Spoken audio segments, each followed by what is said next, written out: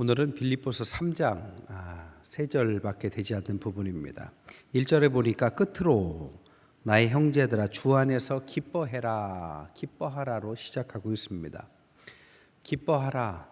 지금 사도 바울은 감옥에 있는 상황이고 여러 가지 고난이 많은 상황입니다. 마음이 불편했을 텐데 권면하기를 기뻐해라. 기뻐한다의 반대가 뭘까요? 화를 내는 거죠. 기뻐하지 않고 분노하는 거죠. 미국의 레드포드 윌리엄스라는 분이 이 분노의 문제를 다룬 책이 있습니다. 그게 분노가 죽인다는 책인데, 이 레드포드 윌리엄스라는 분이 대학에서 교수신데 학생들 118명의 학생을 표본으로 해서 25년간을 조사해서 나온 결론을 책으로 낸 책입니다. 그런데 그분이 관심을 갖고 있었던 것은 분노였습니다. 그래서 118명의 학생들을 표본으로 25년간을 추적해 보니까 그 중에서 분노가 좀 심한 사람, 그러니까 평소에 화를 내는 것을 좀 자주 하고 분노 게이지가 높은 사람들은 25년 후에 가보니까 20%가 죽었더랍니다. 그러니까 20대 대학생이 25년 후니까 50도 안 돼서 20%가 그런 사람이 죽더래요. 그래서 그가 말하기를 너무 화를 갖고 화를 내지 않으면 화병에 걸리고 화를 막 부리면 일찍 죽을 수 있다. 그래서 이 분노라는 것은 우리가 잘 조절하지 않으면 안 된다, 이런 말을 했습니다. 사도 바울은 지금 걱정이 많아요. 크게 세 가지 걱정입니다. 하나는 빌립보 교인들의 이야기를 에바브로디도에게 들어보니까 지금 막 싸우고 있어요. 그러니 얼마나 걱정이겠습니까? 또 하나는 에바브로디도가 잘 와서 아픕니다. 중병에 걸렸는데 감옥에 있는 사람이 어떻게 고치겠습니까? 그러니까 걱정이죠. 또 하나는 그 빌립보 교인들을 잘 세워야 되는데 잘 세워지지 않는 거, 그런 이야기들을 통하여 지금 마음에 걱정이 많습니다. 그럼에도 불구하고 기뻐해라 라고 이야기하는 거죠. 기독교 조사기관이 조사를 해봤어요. 거듭난 성도들이 언제 기쁨을 잃느냐, 6가지가 나왔습니다. 첫째, 죄에 빠져 있을 때나 내가 지금 죄에 빠져 있는 것처럼 느껴진다라고 말할 때 그때 기쁨이 사라지더랍니다. 또한 두 번째로는 나쁜 습관을 갖고 있을 때, 그러니까 나쁜 습관이라는 것은 여러 가지죠. 하나님과의 교통함을 막는 습관들, 그런 것들은 하나님과의 장벽을 만들어서 소통을 끊어내니까 기쁨이 사라지겠죠. 세 번째로는 성경 읽기와 기도 등의 경건 생활을 하지 않을 때, 여러분 꾸준히 성경 읽으시죠? 여러 번 읽으신 분들 매주 올리시는데 성경도 읽으시고 기도도 습관을 쫓아서 해야 됩니다. 예수님이 그러셨으니까요. 만약에 경건 훈련을 하지 않으면 자기애에 빠진다고 그래요. 자기애가 뭡니까? 나밖에 몰라요. 항상 모든 관점을 나로 적용하기 시작하기 때문에 기쁨이 사라진다고 합니다. 네 번째로는 예배를 소홀히 할 때입니다. 예배는 영의 양식을 주는 거죠. 영의 양식이 떨어지면 당연히 영적으로 배고파지겠죠. 기쁨이 사라집니다. 다섯 번째로는 영적 교제가 끊어졌을 때, 이 영적 교제가 끊어지면 세속화가 되는 거죠. 영적 교제라는 것은 믿음의 울타리, 목장도 있고 여러 가지 봉사 활동도 있고, 그럴 때 여전도회도 있고 남전도회도 있고, 그래서 그게 중요한 거죠. 안 그러면 세상의 사람들하고 어울리다 보니까 세속화가 되고 세상의 즐거움을 찾다 보니까 기쁨이 사라집니다. 마지막 여섯 번째로는 기독교인을 떳떳이 밝히지 못하고 살아갈 때였다. 그러니까 하나님을 인정하지 않는 거죠. 그 말은 자기가 하나님 앞에 인정받지 못한다라고 생각하는 겁니다. 그렇기 때문에 기쁨이 사라진다고 그러죠. 이렇게 기쁨이 사라질 수 있지만 고난당하는 상황 가운데 사도 바울은 주 안에서 기뻐할 수 있다. 그래서 끝으로 나의 형제들아, 마지막으로 말하는데 주 안에서 기뻐해라, 이렇게 권면을 하고 있습니다.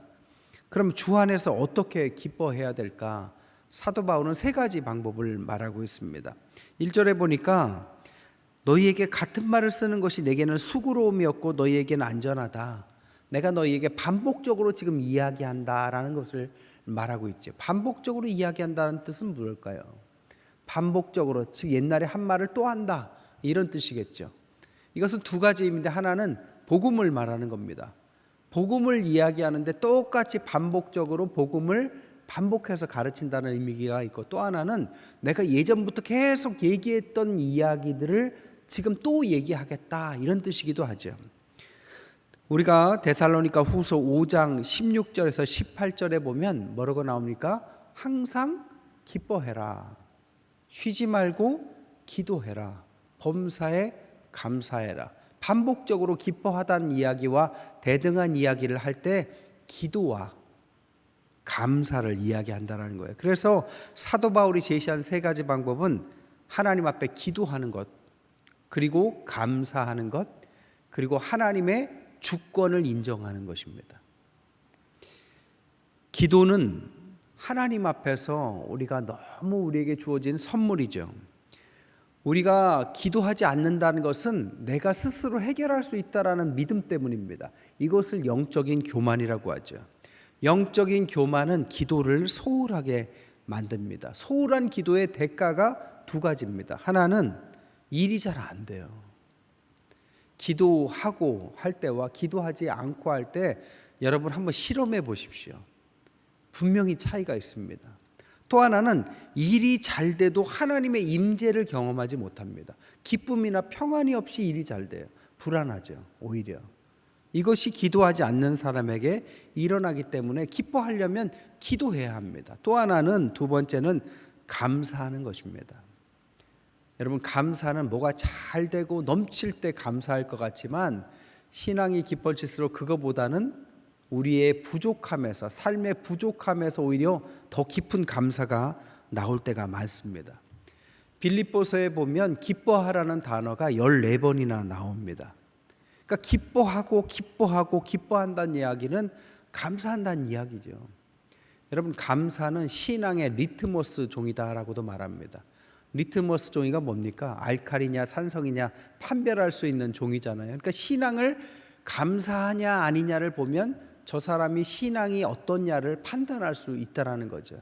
그래서 사도 바울은 어려운 지경이지만 감사해라 말을 하는 거죠. 여러분, 제가 질문 하나 드릴게요. 아무것도 없는 곳에서 어떤 걸 얻었을 때 더 감사할까요? 아니면 모든 걸 잃었다가 다시 제자리를 찾았을 때 감사할까요? 둘 다 감사의 이유지만 사람들은 0에서 1로 갈 때의 감사보다 마이너스 1에서 0으로 갈 때, 다시 제자리 0으로 돌아왔는데 마이너스를 경험하고 나서 0으로 돌아오면 그 0이 옛날의 0하고는 다른 것입니다. 그래서 똑같은 상황인데 감사를 하는 거죠. 그래서 고난이 유익이 되고, 하나님을 감사를 볼 수 있는 눈은 반드시 고난의 과정을 통과해야만 합니다. 그렇지 않으면 볼 줄을 몰라요. 줘도 감사한 줄 모릅니다. 잃어봐야 다시 얻었을 때 감사하구나, 이렇게 느껴지는 거죠. 세 번째로는 하나님의 주권입니다. 로마서 9장 20절에서 21절에 보면 토기장이가 자유가 있다라고 그러죠. 어떤 자유입니까? 자신의 뜻대로 이 그릇을 만들지 저 그릇을 만들지의 주권은 하나님께 있다라는 거죠. 그렇기 때문에 우리가 사람들과 비교해서 저 사람은 나보다 더 나은 것 같고 이 사람은 나보다 못한 것 같고, 그것은 토기장이가 봐야 될 부분이지 토기가 봐야 될 입장은 아닌 거죠. 여러분, 요즘에는 너무 세상을, 남의 세상을 너무 알고 살고 있는 것 같아요. 그놈의 유튜브가 뭔지, 다른 사람이 뭐 하는지를 너무 잘 속속들이 알고 있어요. 알면 좋을 것 같지만 안 좋은 거에 더 많아요. 모르고 살 때 좋습니다. 고생해도 모르고 고생할 때는 고생인 줄 모르는데, 누구하고 비교해 보면 잘 살다가도 저 동창회만 갔다 오면 화가 나죠.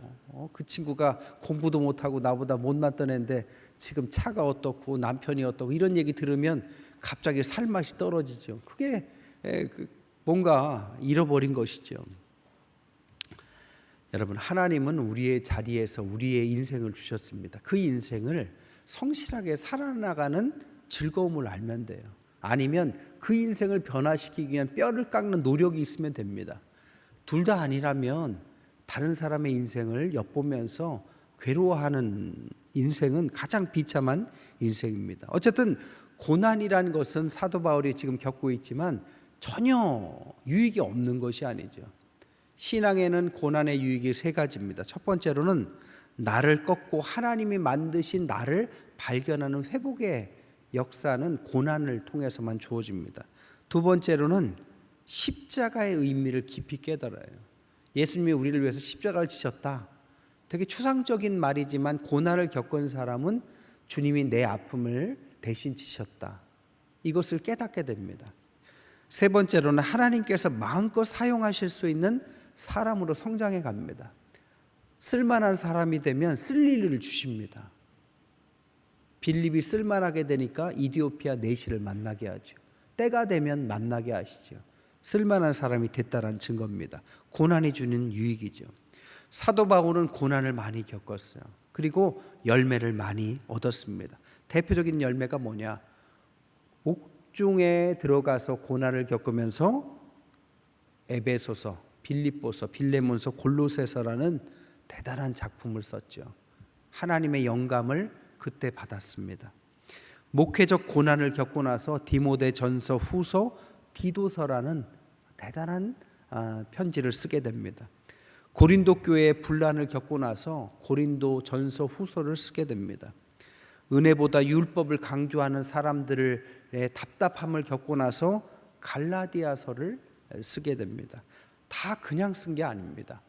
아픔을 겪고 나서 쓴 거예요. 아픔을 겪고 나면 특별한 게 보이고 니즈를 발견하게 되는 것이죠. 안요한 목사님은 유명한 분이잖아요.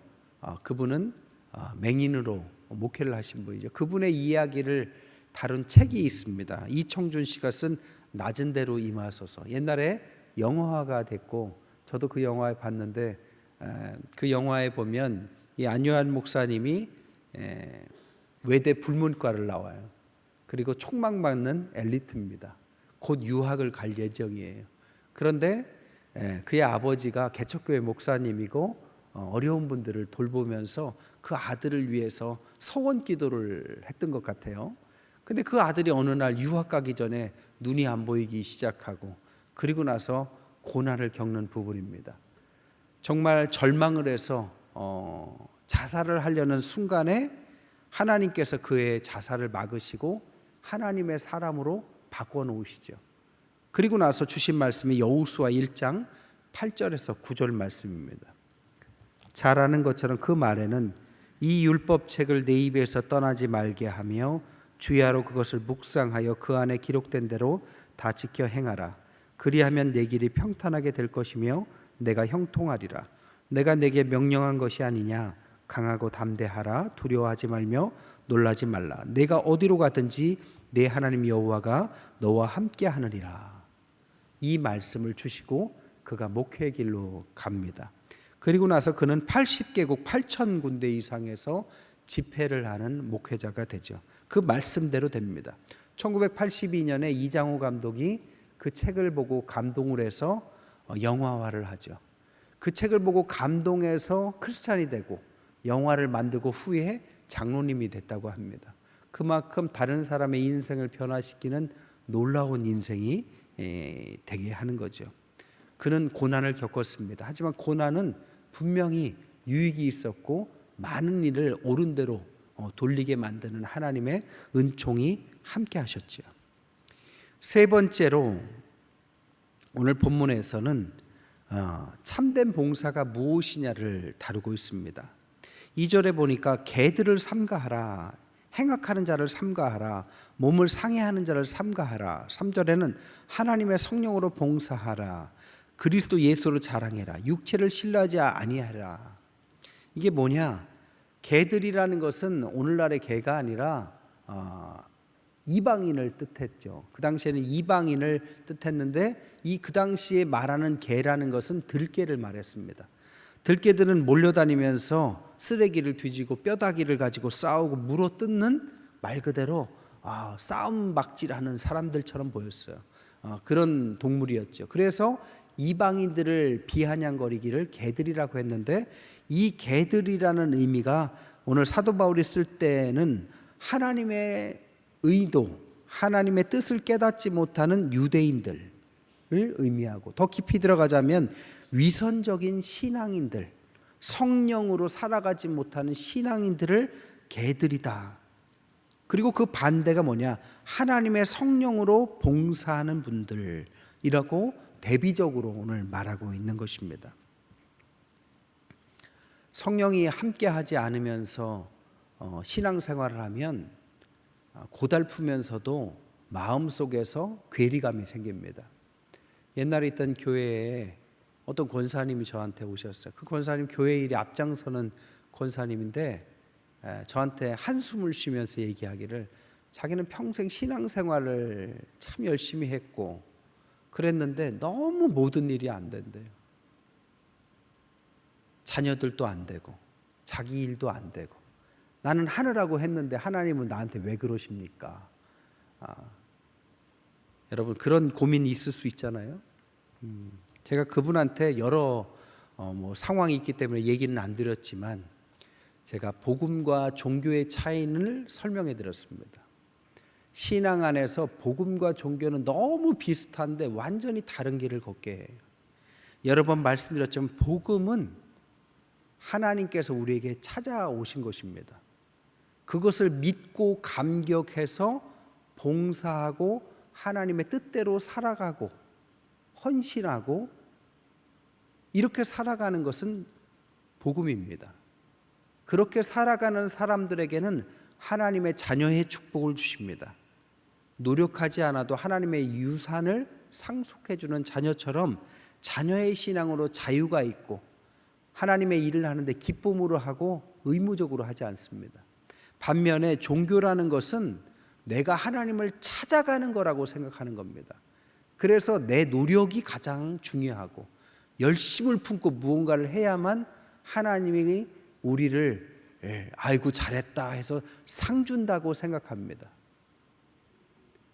그런 신앙은 종의 신앙이고, 항상 일한 만큼 받아야 되고 그 거래가 있는 것이죠. 여러분, 복음과 종교는 비슷해 보여요. 오히려 종교가 더 신앙적인 것처럼 보입니다. 그렇다고 제가 열심히 하지 말라는 뜻은 아닙니다. 복음을 깨닫고 열심히 하면 괜찮아요. 복음이 뭔지를 모르고 종교적인 마음으로 신앙을 하게 되면 사람들은 칭찬할지를 몰라도 하나님이 함께하는 것을 느끼지 못하죠. 잘 되면 내가 이만큼 해서 잘 된 것 같고, 못하면 내가 뭘 잘못해서 못한 것 같고, 항상 죄의식과 교만함 속에서의 사다리를 왔다 갔다 하는 것입니다. 복음과 종교의 차이를 잘 설명해 드렸더니 그 권사님이 한숨을 푹 쉬시더라고요.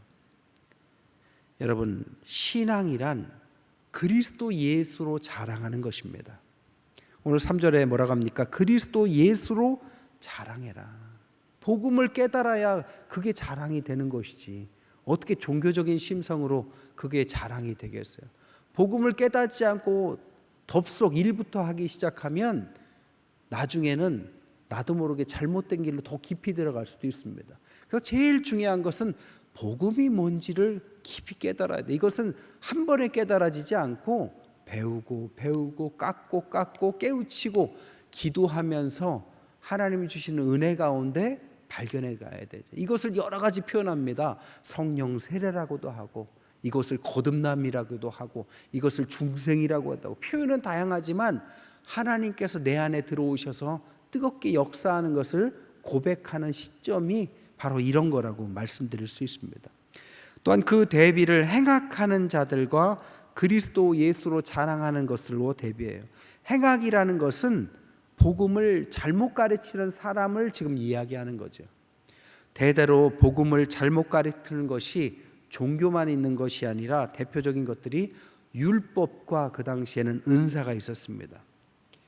하나님 앞에 신앙한다라는 것을 어떤 규칙을 따라서 하는 거라고 생각하는 거죠. 그래서 그렇게 해야만 하나님께서 구원도 주시고 많은 것을 주실 거다라는 법이 이 율법입니다.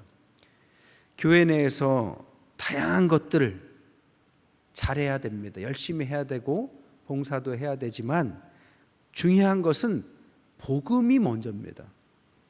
은사도 마찬가지예요. 방언도 받고 싶고 신유도 신유의 은사도 있고 예언도 있고 많지만 그런 은사가 복음보다 먼저 해서는 절대로 안 되는 것입니다. 얼마 전 듣기에도 어떤 교회에서 예언의 은사를 하는 권사님이 성도들을 틈만 나면 예언을 해줘가지고 그게 은사가 있으니까 뭔가 좀 맞는 거죠. 그러니까 교회 내 점쟁이 마냥 맨 그렇게 하니까 권사님이 그 교회의 헤게모니를 장악해서 교회가 둘로 잘라졌어요. 근데 잘라져서 그 권사님 따라서 나갔는데 그 권사님이 또 거기에서 새로운 목회자 왔는데 또 그래서 또 두 개로 나눠졌다.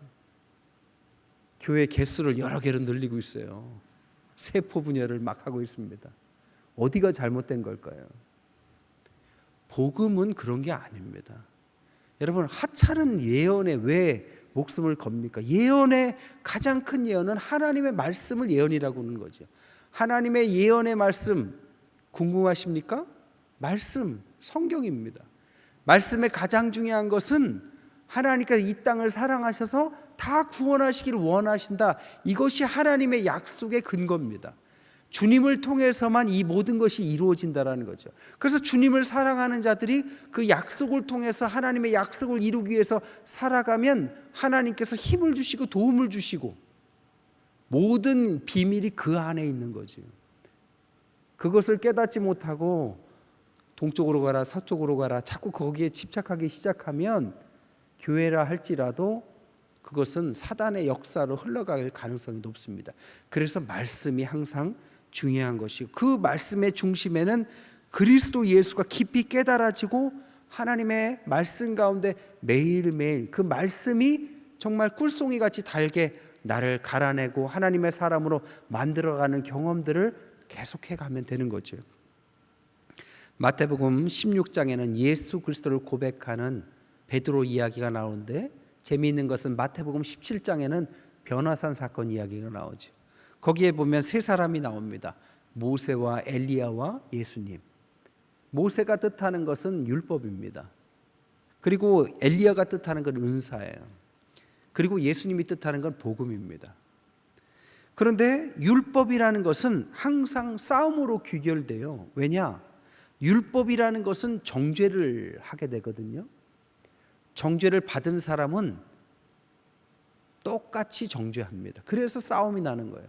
은사는 분파를 만든다고 그랬어요. 왜냐? 자기만 진짜 같거든요. 하나님이 자기에게만 뭔가 특별한 걸 줬다라는 착각에 빠집니다. 그래서 분파가 되는 겁니다. 근데 재미있는 것은 변화산에서 모세와 엘리야는 사라지죠. 누구만 남습니까? 오직 예수님만 남죠. 여러분, 복음만큼 주님만큼 귀한 분은 없습니다. 주님만 붙잡으면 돼요. 너무 쉬워요. 신앙은 주님이 누구시냐, 주님이 왜 오셨냐, 그분이 나에게 어떤 의미인가, 그분은 어떻게 역사하는가, 나는 어떻게 기도해야 되나, 모든 것이 다 주님과 관련해서 깊이 묵상하고 파고들기 시작하면 거기에 모든 답이 있습니다. 신앙은 쉽고 너무 쉬워서 답이 아닌 것처럼 느껴지는 것, 그래서 딴 것 자꾸 이상한 것, 이렇게 쉬울 리가 없어, 열심히 뭔가를 해야 돼, 이렇게 하면서 엇나가는 거죠. 여러분, 수능 시험도 금방 끝났는데 만점 맞은 애들은 항상 뭐라고 합니까? 저는 교과서 위주로 공부했고 국영수가 뭐 중요하고, 그게 답입니다. 다른 것에 지리나 역사 중요하지만 국영수만큼 중요하지 않아요. 복음을 잘 붙들으면 그 안에 모든 답이 있는 것이죠. 또한 손할례당과 육체를 신뢰하지 않는다라는 말이 대비적이죠. 손할례당이라는 것은 이스라엘 백성들이 할례받는 것, 그들이 구별된 선민이라는 표현으로 할례를 했던 것 때문에 시작된 거죠. 자신들만 하나님께서 선택받았다라는 선민의식이 여기에서 나왔습니다. 무서운 것이 뭐냐, 이 선민의식은 구원의 문을 자기 마음대로 닫아버려요. 우리도 선민의식을 갖게 되면 구원의 문을 내 내가 좋아하는 사람, 싫어하는 사람에 따라서 닫아버립니다. 내 기준에 따라서 저 사람은 아니야, 이 사람은 기야, 닫아버립니다. 역사적으로 사제계급의 출현이라는 책이 있어요. 카톨릭에서 사제계급이라는 것이 만들어졌는데 성경을 독점했습니다. 사제들조차도 성경을 몰랐어요. 읽을 줄만 알았지 무슨 뜻인지도 모르고 집례를 할 정도였습니다. 그리고 하나님의 대리자라서 기도도 자기를 거쳐야 됐어요. 지금도 그렇죠. 그러다 보니까 권력이 생기고 권력을 가지고 교회가 커지기 시작하죠. 그러다가 종교 개혁을 일으키고 나서 제일 먼저 한 것이 성경을 읽을 수 있는 표현, 말로 바꾼 거고, 자국어로 바꿔서 읽어보니까 전혀 다른 이야기가 있었죠. 가장 중요한 게 뭐냐? 우리 모두 다 하나님의 제사장이구나. 그래서 만인 제사장이 나온 것입니다. 여러분은 다 주님의 왕 같은 제사장이죠. 여러분 하나님 앞에 기도할 수 있습니다. 하나님은 여러분들을 사랑하시고 여러분들이 하나님 앞에 나오는 걸 원하시고 지금도 주님 앞에 회개하고 나아가는 자들을 주님은 긍휼과 사랑으로 안아주시고 그의 인생을 책임지시죠. 이 모든 것들이 성경에 쓰여 있는 것이죠. 그래서 모두 각자 미시오데이, 하나님 앞에 서서 만인 제사장처럼 직장 생활을 하고 사회에 나가고 신앙생활하고 하면서 합해서 교회를 세워가고 세상을 복음화해가고 어두운 세상을 밝게 만드는 역할들. 그래서 하나님 나라, 그 진리가 우리를 자유케 하는 것이 하나님의 나라입니다. 그런 사람들에게는 육체를 신뢰하지 않고 하나님께서 마음의 할례를 받으면 된다라고 말씀하셨습니다. 한 가지 이야기만 더 하고 마칠게요. 조지 베버리 쉐어라는 분은 목사님의 아들로 태어났는데 세속적인 삶을 꿈꿨어요. 그러다가 보험회사를 가서 돈을 잘 벌다가 방송국으로 진출했어요. 방송에 진출하니까 더 유명해졌습니다. 유명해지다가 어느 날 신앙을 회복하게 돼요. 신앙을 회복하고 나서 그 부모님의 권유로 이제는 돈 버는 것보다는 신앙 가운데 살아가는 것이 어떠냐. 그래서 그가 자신의 은사를 살려서 작사 작곡을 하기 시작합니다. 그런데 작곡을 하나 해야 되는데 뭐가 좋을까 하는데 어머니가 항상 음미했던 성시가 있었다고 그래요. 그 성시를 가지고 이분이 작곡을 붙였어요. 그 곡이 잘 아는 주 예수보다도 귀한 것은 없네. 그것은 어머니의 시였지만 그의 인생을 고백하는 거죠. 그는 이 주 예수보다도 귀한 것은 없네로 빌리 그레함 목사님과 함께 전도를 다녔고 수많은 사람들을 구원시키는 전도자로 살았습니다. 그는 104세까지 사셨어요. 그러면서 찬양을 더 만드셨는데 주 하나님 지으신 모든 세계 갈보리 산 위에 이와 같은 때에 아주 들으면 다 알만한 곡들을 많이 만드셨습니다. 오늘 마지막으로 우리 94장 주 예수보다도 귀한 것은 없네. 사도 바울의 오늘 주님 앞에서 기뻐하고 다른 어떤 것이 아니라 주님 예수 그리스도 안에서 살아가자. 그것만이 답이다라고 말하는 주 예수보다 더 귀한 것은 없다라는 찬양을 함께 부르면서 오늘 말씀을 마치겠습니다.